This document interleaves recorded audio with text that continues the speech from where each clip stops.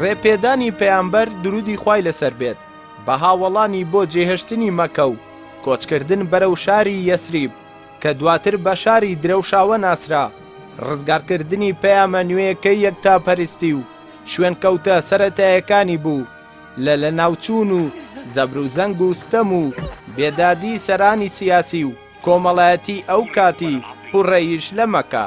هەر ئەو کەمینە کەمەی لەگەڵ پەیامبەر و بەر لە ئەو و دوای ئەویش بەرەو مەدینە کۆچیان کرد. دواتر بوون بە قەد و لەش و چڵ و گەڵای ئەو ئاینەی کە دوای 1442 ساڵ هێشتا لە فراوان بوون و گەشەدایە. ئەم کۆچەی پێغەمبەر ڕووداوێکی تاریخی و ڕووداوێکی مێژووی گەورە بوو لە ئیسلامدا.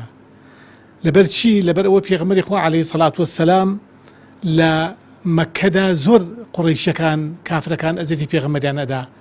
بۆیە پێغەمبەری خوا عەلەیهی سەڵات وەسەلام هەڵسا بەو کارێ کە لەگەڵ حەزەتی ئەبوبەکرا هاتن دوو بە دوو کۆچیان کرد بۆ شاری مەدینە. ئەو کاتە مەدینە ناوی یەثریب بوو. لە دوای کۆچی بۆ مەدینە بۆ یەثریب ئەجا ناوی مەدینان یەثریبیان گۆڕیمە مەدینە. ئەو کۆچەی پێغەمبەر یعنی گرنگێکی زۆر گەورەی هەبوو لە ئیسلامدا. پێغەمبەری خوا عەلەیهی سەڵات وەسەلام کە لە مەکەوە کۆچەکا بۆ مەدینە لە مەدینە دەوڵەتی ئیسلامیدا ئەمەزرێنێ و خەڵقان ئەمجا لەوە واجب بوو لەسەریان کە لە مەکەوە کۆچکەن بۆ مەدینە بۆی لە خزمەت پێغەمبەر بن ئەو دەوڵەتە ئیسلامی باش تەشکیلکەن وەکە کردیشیان. ئینجارە خوای گەورە و میێرەبان چەند ئاەتی نادەتە خوارەوە دەربارەی مەثەڵەن کۆچی پێغەمبەر لە مەکەوە بۆ مەدینە. کۆچی پێغەمبەر عەلەیهی سەڵات وەسەلام لە شاری مەکەوە بۆ مەدینە لە ساڵی 14 پێغەمبەرایەتی بوو. ئەم هیجرەت و کۆچی پێغەمبەر عەلەیهی سەڵات وەسەلام دانرا بە سەرەتای تەقویمێکی هیجری ئیسلامی. هیجرەتی پێغەمبەر عەلەیهی سەڵات وەسەلام کە کردی بۆ شاری مەدینە لەودا لەسەر موسڵمانان واجب بوو لە مەکەوە کۆچکردن بۆ مەدینە هەتا ساڵی فەتح. ساڵی 8 کۆچیە پێغەمبەر کە فەتحی مەکەی کرد ئیتر لەودا هیجرەت نەما چونکە ئیتر ئەو کاتە مەکەیش بوو بە دارولئیسلام. لەبارەی پند و وانەکانی کۆچ وەک دیاردەیەکی ئاینی و کۆمەڵایەتی و سیاسی دەکرێ بڵین کۆچ چەندین دەسەواژەی وەک متمانەبوون بە سەرکەوتنی خوایی، ڕەتکردنەوەی ستەم، قوربانیدان، ئارامگری پلانکاری، لەخۆبوردەیی، دڵسۆزی، برایەتی و قوربانیدانی بۆ هەموو سەردەمەکانی دواتر بە شێوەی کردەیی بۆ شوێن کەوتوانی ئاینی ئیسلام ڕاوەکرد.